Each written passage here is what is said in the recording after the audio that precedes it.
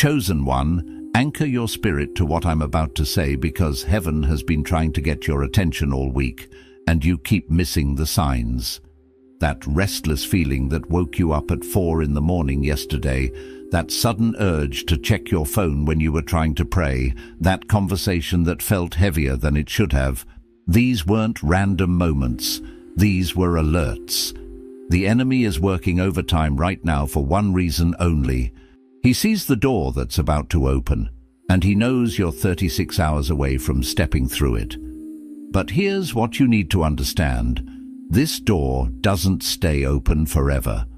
It closes tomorrow at midnight, and if you miss it, you'll spend the next 3 months wondering why everything feels stalled again.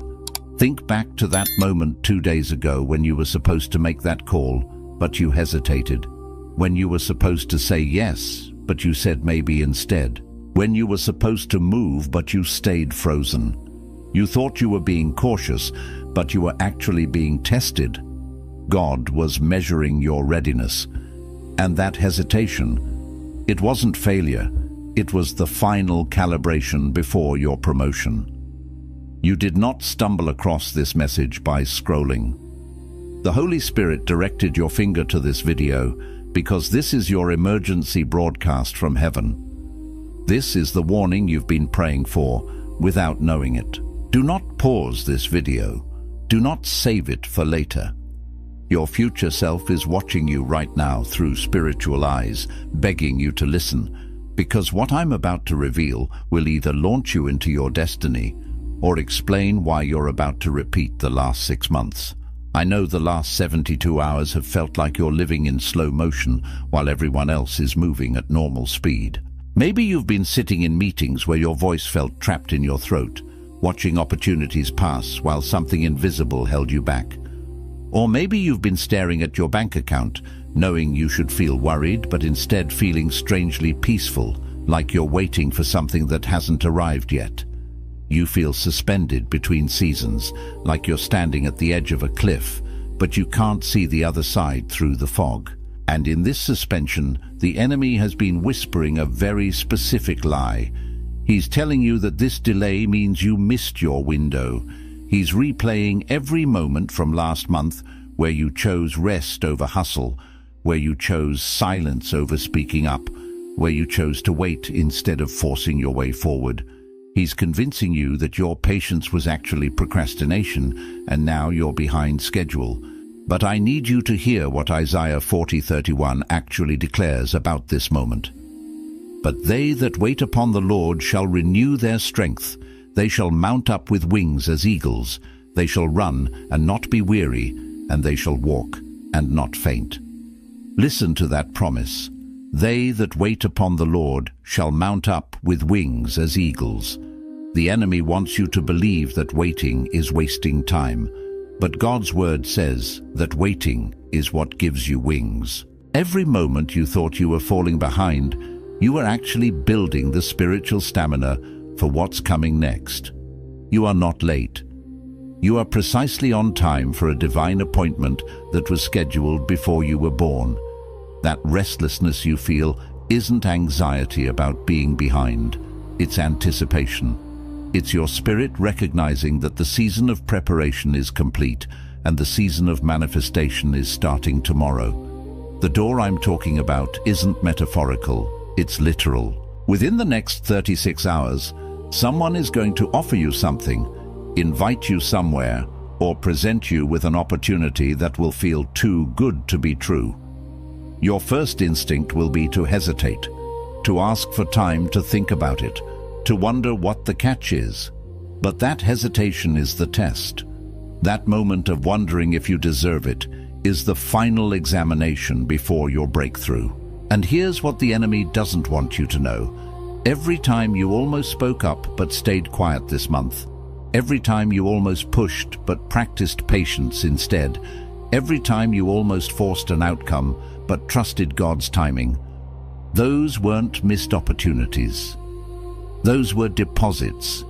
You were building credit in heaven's bank, and tomorrow you get to make a withdrawal. The pressure you feel right now isn't the weight of being behind. It's the weight of being chosen. It's the spiritual gravity that comes when heaven is about to release something significant into your hands. In the next few minutes, I'm going to show you the 3 signs that confirm your door opens tomorrow. I'm going to reveal the exact words you need to say when that opportunity presents itself, so you don't accidentally reject what God is trying to give you. And at the end, I'll give you the declaration that seals this breakthrough and prevents the enemy from stealing it through fear or doubt. Do not leave this video early. The version of you that's been praying for a sign is about to receive it, but only if you stay until the final word. If you click away now, you might miss the one piece of information that transforms everything. But before I reveal those 3 signs, there's something deeper you need to understand about what's been happening to you spiritually over these last few weeks. That feeling of suspension, that sense of being caught between worlds, it's not accidental, it's strategic. It is a deliberate act of divine orchestration, a sacred pause in the cosmic symphony of your life, designed to prepare you for the next movement. God has been separating you from the frequency you used to operate on, because where you're going requires a different spiritual bandwidth altogether. Imagine trying to stream high-definition content on a dial-up connection. It simply won't work. Your spirit is being upgraded, tuning into a higher vibrational reality, a realm of divine communication and profound purpose that your previous spiritual equipment couldn't fully process. This transition period, though disorienting, is precisely what is needed to attune you to the subtle whispers and thunderous declarations of the Almighty. Think about Moses when God told him to remove his sandals because he was standing on holy ground. Moses didn't need new sandals. He didn't need a different itinerary or a change of scenery in the physical sense. He needed to disconnect from the old surface he'd been walking on, to shed the dust and habits of the familiar, the comfort of the mundane. The ground hadn't changed its physical properties. His assignment had, profoundly and irrevocably. And sometimes God makes you feel untethered from your old normal, creates a sense of spiritual displacement, because your new normal requires you to be sensitive to frequencies you couldn't hear before, to perceive the divine in ways that transcend your previous understanding. It's a call to a deeper reverence, a more profound attentiveness to the sacred imprints upon your very path. This untethering is not abandonment. It is an elevation, a necessary severing from the anchors that would hold you back from your destined heights. That's why conversations have felt heavier, laden with unspoken truths or draining energies that you now instinctively perceive. It's why certain environments suddenly drain your energy, feeling like static on a perfectly tuned radio, because your spiritual receiver is now picking up the subtle currents of every space. That's why you've been craving solitude when you used to thrive in crowds, needing a quiet sanctuary to process the influx of new information and spiritual data. Your spiritual antenna has been recalibrated, fine-tuned by the master engineer. You're picking up signals from heaven that you were too busy, too distracted, or too spiritually unequipped to receive before. It's like upgrading from a fuzzy black and white television to a vibrant, crystal-clear, high-definition screen. Suddenly, the details, the nuances, and the true colors of your spiritual reality are becoming vividly apparent. This newfound sensitivity is not a weakness. It is a superpower in development, a gift from above to guide you. And here's where it gets deeper. The enemy, the adversary of your soul, has been trying to convince you that this sensitivity is a problem, a flaw in your design, that this profound need for spiritual space means you're becoming antisocial or losing your edge, losing your zeal, your connection to the world. He whispers insidious lies that you're withdrawing, becoming irrelevant, or succumbing to an unhelpful introversion. But what's really happening is that you're developing prophetic discernment, a spiritual X-ray vision that allows you to see beyond the surface. You're starting to feel the weight of atmospheres, the spiritual temperature of rooms, the hidden motivations and intentions behind people's words, even the undercurrents of spiritual warfare that others remain oblivious to. This isn't isolation in the negative sense. This is strategic preparation for influence, for a season where your presence will carry a different kind of authority and insight, where your sensitivity will become a shield and a compass for yourself and for those you are meant to guide. You are not shrinking, you are deepening, becoming a wellspring of divine wisdom. But there's something underneath even that truth, something most people miss entirely in their pursuit of personal breakthrough. The reason this door opens tomorrow isn't just because it's your time, a personal reward for your perseverance or piety. It's because someone else's breakthrough, someone's liberation, someone's healing, someone's divine redirection depends on your obedience to walk through it. Your destiny is inextricably linked to the destinies of others. God doesn't just promote you for your benefit, to elevate your status or increase your comfort. He promotes you for the people who are waiting on the other side of your yes, the ones whose paths are illuminated by your courageous steps, the individuals whose lives will be transformed by your willingness to serve as a conduit for His grace. Your breakthrough is a key, not a trophy, designed to unlock blessings for a multitude. This understanding adds a profound weight of purpose to your journey, transforming it from a solo quest into a sacred mission of interdependence and divine collaboration. Coming up in just a moment, I'll show you exactly how to recognize that divine opportunity when it presents itself tomorrow, because it might not look like what you've been praying for. It may even appear disguised in the mundane or the unexpected. But first, you need to understand why you almost rejected God's blessing 3 times last month without even realizing it, how the subtle traps of past programming and self-doubt nearly caused you to miss pivotal moments of grace. The first time was when that person reached out to you with what seemed like a random invitation, perhaps an offer of help, a spontaneous coffee, an unexpected connection. Your immediate thought was, "This is nice. But what do they want from me?" This isn't just a casual suspicion, it's a deeply ingrained defense mechanism. You've been programmed by past disappointments, by relational betrayals, by the harsh realities of a world that often operates with quid pro quo, to be inherently suspicious of unexpected favor. You've been hurt by people who gave with visible or invisible strings attached, whose kindness was a prelude to a demand or a manipulation. Your heart learned to guard itself, to assume ulterior motives, to brace for the inevitable cost. But God's gifts don't come with hidden agendas, no concealed clauses or future repayment plans. They come with open doors, pure and unadulterated grace.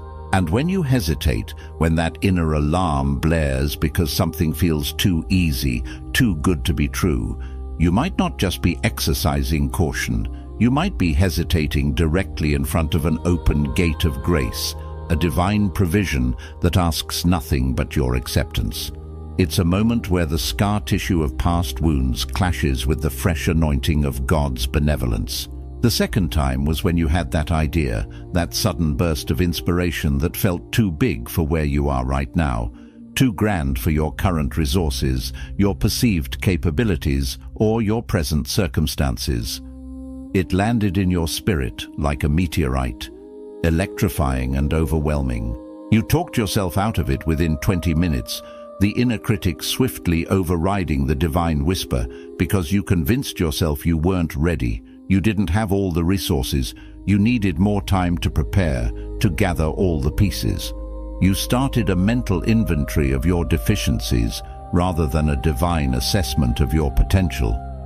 But God doesn't give you ideas for your current capacity. He doesn't confine His vision to your present limitations. He gives you ideas for your next capacity, for the expanded version of yourself He is calling you to become.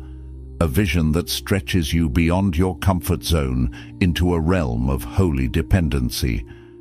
And faith isn't waiting until you feel ready, until all the ducks are in a row, until every resource is perfectly aligned. Faith is saying yes before you know how, taking that first courageous step onto the unseen path, trusting that the ground will appear beneath your feet with each act of obedience. It is building the ship as you sail it, because the divine wind is already at your back. The third time happened just 5 days ago, and you might not even remember it because it felt so ordinary, so commonplace, so devoid of dramatic fanfare. Someone made a seemingly innocuous comment, asked a question that lingered, or presented a possibility that sparked something in your spirit. A flicker of recognition, a nudge of interest, a gentle stirring of potential. It wasn't a thunderclap, but a quiet igniting of divine intuition. But instead of leaning into that spark, instead of fanning that nascent flame, you immediately started calculating all the reasons it wouldn't work, all the logistical hurdles, all the financial impossibilities, all the external resistances. You thought you were being realistic, prudent, responsible, anchoring yourself in sensible pragmatism. But you were actually talking yourself out of a divine setup, a meticulously arranged convergence of circumstances designed to launch you forward. God often hides his greatest breakthroughs in the ordinary moments, the unexpected whispers, the subtle nudges that require a spiritually sensitive ear to perceive. The enemy often disguises opportunity as inconvenience or insurmountable odds. And this brings us to the real, fundamental issue that has been at play. It's not that the doors haven't been opening. It's that you've been scanning for doors that look exactly like the ones that closed on you before, or the ones you've seen others walk through, assuming that God's patterns are repetitive and predictable.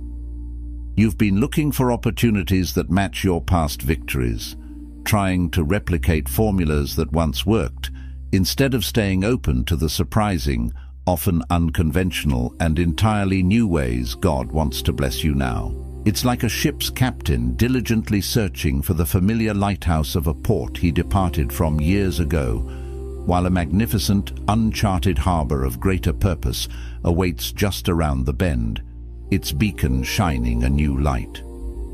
Your reliance on past experiences, while valuable for lessons learned, can become a blindfold to the novel and creative ways God is moving in your present and future. But let me challenge you with something that might make you uncomfortable, that might stir a little resistance within your spirit.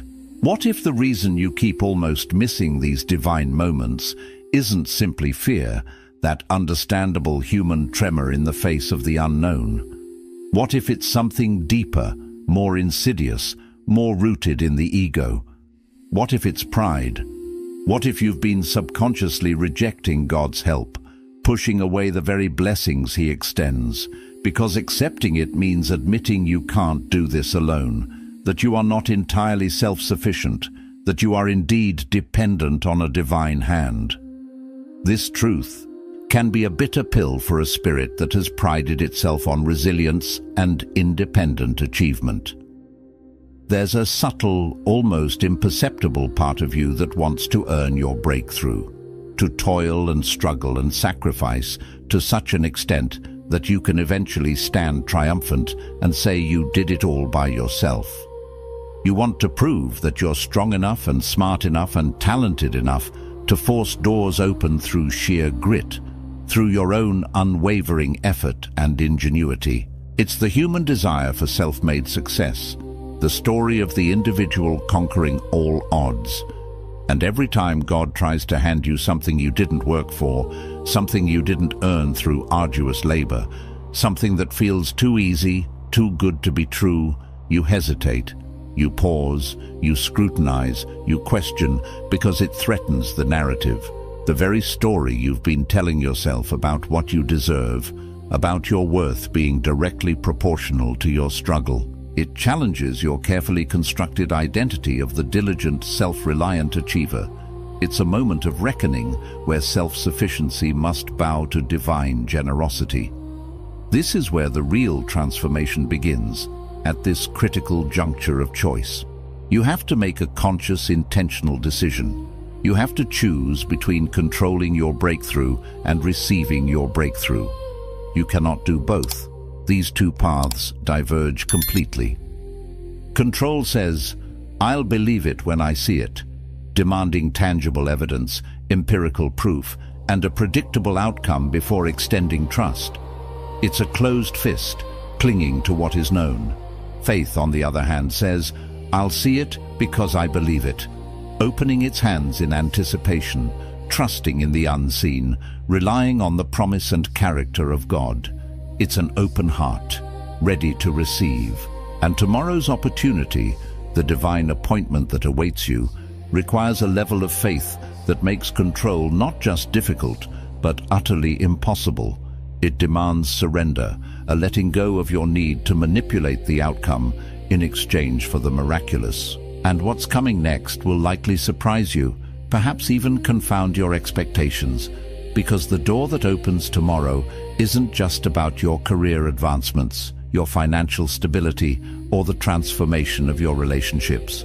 While these external shifts are often wonderful byproducts, the true essence of this moment goes much deeper. It's about your identity. It's about stepping into the version of yourself that God has been meticulously, lovingly developing in secret, behind the scenes. During those quiet seasons when you thought nothing was happening, when you felt overlooked or stagnant, it's the unveiling of the true you, the person you were always meant to be, stripped of the layers of societal expectation, past wounds, and self-imposed limitations. This breakthrough is an initiation into a higher calling of self, a profound recognition of your divine essence and purpose. Here's the part no one wants to hear, the uncomfortable truth that often chafes against our desire for instant gratification. But it's also the part that changes everything, shifting your perspective entirely. The delay you've been experiencing, that frustrating period of seeming stagnation or unfulfilled expectation, wasn't God making you wait in some arbitrary holding pattern. It was God making room. It was an active, purposeful clearing of space in every dimension of your being. Room in your schedule for something bigger, something that demands more of your time and focus than your previous commitments allowed. Room in your heart for someone new, for a deeper connection, for a greater capacity for love and compassion than you've ever known. Room in your mind for possibilities you haven't even considered, for visions and strategies that require a complete paradigm shift. And ultimately, room in your life for the level of blessing, the magnitude of abundance, and the depth of impact that requires space you don't currently have. Space that must be intentionally created for the new wine. But God, in His divine order, cannot fill a life that's already full of substitutes, of cheap imitations, and fleeting distractions. He cannot promote you into your true purpose and destiny while you're still clutching counterfeit comfort, clinging to the familiar patterns and relationships that offer a superficial sense of security, but ultimately stunt your growth. And sometimes, the only way to effectively clean out the clutter, to remove the spiritual and emotional debris that occupies vital space, is to create a season where nothing seems to be working the way it used to, where the old ways become unfulfilling and unsustainable. This discomfort is not punishment, it is purification. That job that's felt stale, devoid of passion and purpose, that relationship that's felt off, subtly misaligned or overtly draining, that routine that's felt empty, a mere repetition without meaning. God hasn't been ignoring your dissatisfaction. He hasn't been oblivious to your yearning for something more. On the contrary, He's been masterfully using your dissatisfaction, stirring a holy discontent within you, to create a profound hunger for what He's about to provide, a deep yearning for authentic fulfillment. Your restlessness wasn't a sign that something was wrong with you or that you were failing. Your restlessness was a powerful, undeniable sign that you were outgrowing your current container, that your spirit was expanding beyond the boundaries of your present circumstances, much like a seed swelling with life, ready to burst forth from its confining shell. This divine agitation is preparing you for metamorphosis. But here's where most people stumble, and I need you to pay close attention, because this is critical. A moment of truth that can determine your trajectory. When that door opens tomorrow, when that divine opportunity presents itself in its unique and perhaps unexpected form, your very first thought is going to be about all the ways you're not qualified. Your mind is going to immediately scan for evidence of why you're not the right choice, why someone else could do it better, why you need more time or more training or more experience, why you're simply not ready. This is the insidious voice of self-doubt, amplified by past failures and societal conditioning, attempting to hijack your breakthrough moment. It will try to convince you that this blessing is for someone else, someone more credentialed, more polished, more prepared. And in that precise moment of mental hesitation, that critical pause where self-doubt attempts to gain a foothold, you need to remember David standing in front of Goliath. David didn't have military training.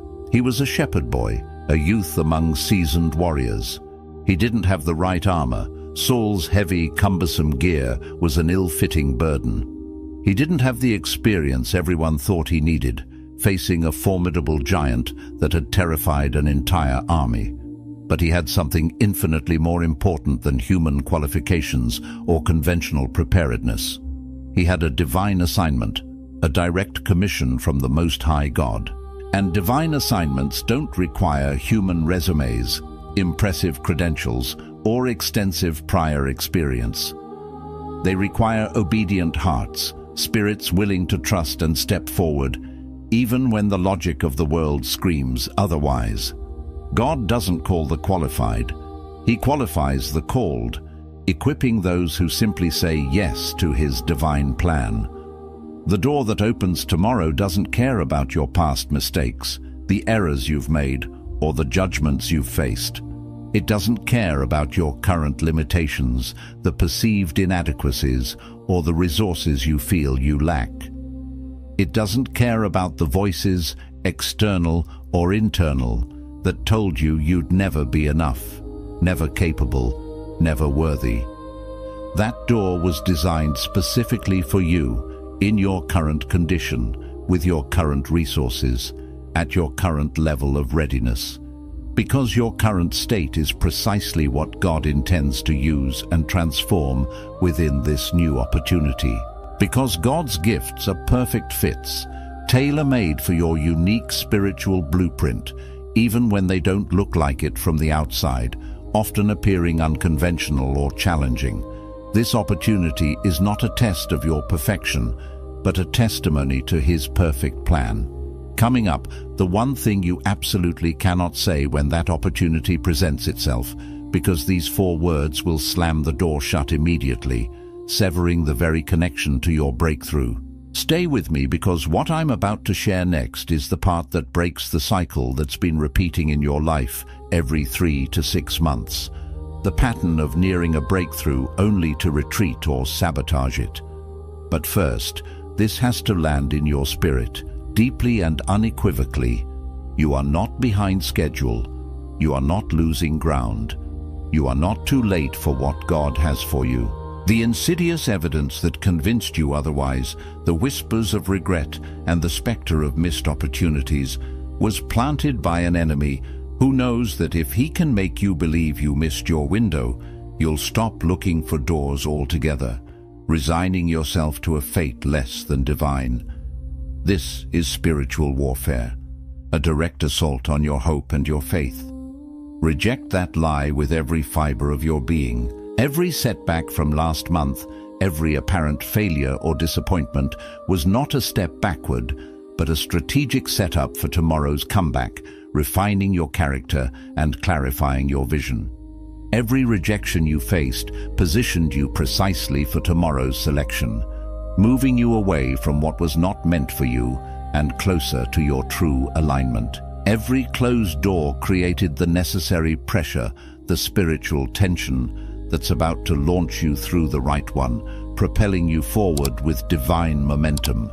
You haven't been wandering in circles, aimlessly lost in a labyrinth of confusion. You've been moving in spirals, an upward trajectory, getting closer to the center of God's will with every revolution, gaining altitude and perspective with each turn. Your journey has been purposeful, even when it felt disorienting. And here's the uncomfortable truth that's been hidden underneath all your questioning and second-guessing, the underlying dynamic that has subtly undermined your progress. You've been stalling, unconsciously holding yourself back, because success scares you more than failure does. Failure is a familiar landscape. You know its contours and its pitfalls. You know how to recover from disappointment, how to bounce back from rejection, how to rebuild after breakdown. You've developed coping mechanisms and resilience in the face of adversity. But success, particularly the level of success God has for you, requires you to become someone you've never been before, a version of yourself that is foreign, potent, and sometimes intimidating. And that elevated version of yourself feels like a stranger, an unknown entity that evokes a profound sense of apprehension. The opportunity that presents itself tomorrow will require you to step into that unfamiliar skin, to inhabit a new dimension of your calling, to own a level of authority and influence you've never carried, to receive and steward a level of blessing you've never managed. And the deepest fear isn't that you'll fail, that you'll fall flat on your face and disappoint everyone. The more profound, often unacknowledged fear is that you'll succeed, that you'll actually achieve this monumental breakthrough, and then you'll be responsible for maintaining something you're not sure you deserve, something that feels too grand for your current sense of self-worth. It's the fear of stewardship, the fear of sustaining greatness, the fear of living up to the weight of your divine potential. But let me tell you what Isaiah 54:2 declares about this exact moment, a powerful divine command that speaks directly to this very tension. Enlarge the place of thy tent, and let them stretch forth the curtains of thine habitations. Spare not, lengthen thy cords, and strengthen thy stakes. God is not merely suggesting, He is commanding you to make room for increase before the increase arrives.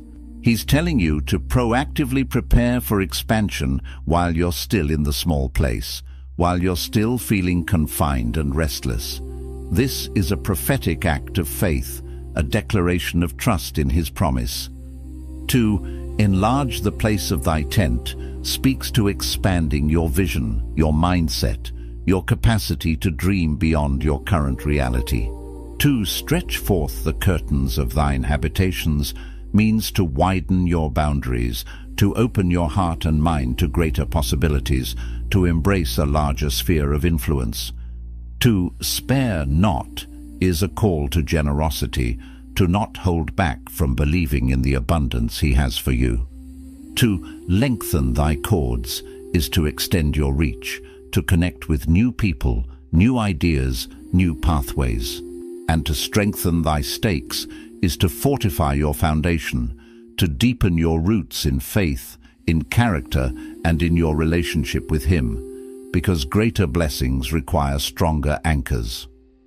Before we move on to the final crucial instruction, if you're ready to dive even deeper into understanding God's divine timing and how to unlock the spiritual breakthroughs meant for you, I've created a free guide called The 7 Keys to Unlocking Your Next Level Breakthrough. It's packed with practical steps and profound insights to help you align with God's purpose for your life.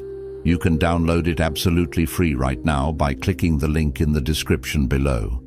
This guide is designed to empower you to not just recognize these divine opportunities, but to confidently step into them, transforming your spiritual journey. That restlessness you feel, that's your tent getting too small for your spirit. That inner agitation, that sense of pressing against unseen walls, is not a malfunction. It is your spirit crying out for the promised land of your next level. It's the evidence that your soul is expanding, pushing against the confines of the familiar and the comfortable, yearning for the vastness of God's bigger plan.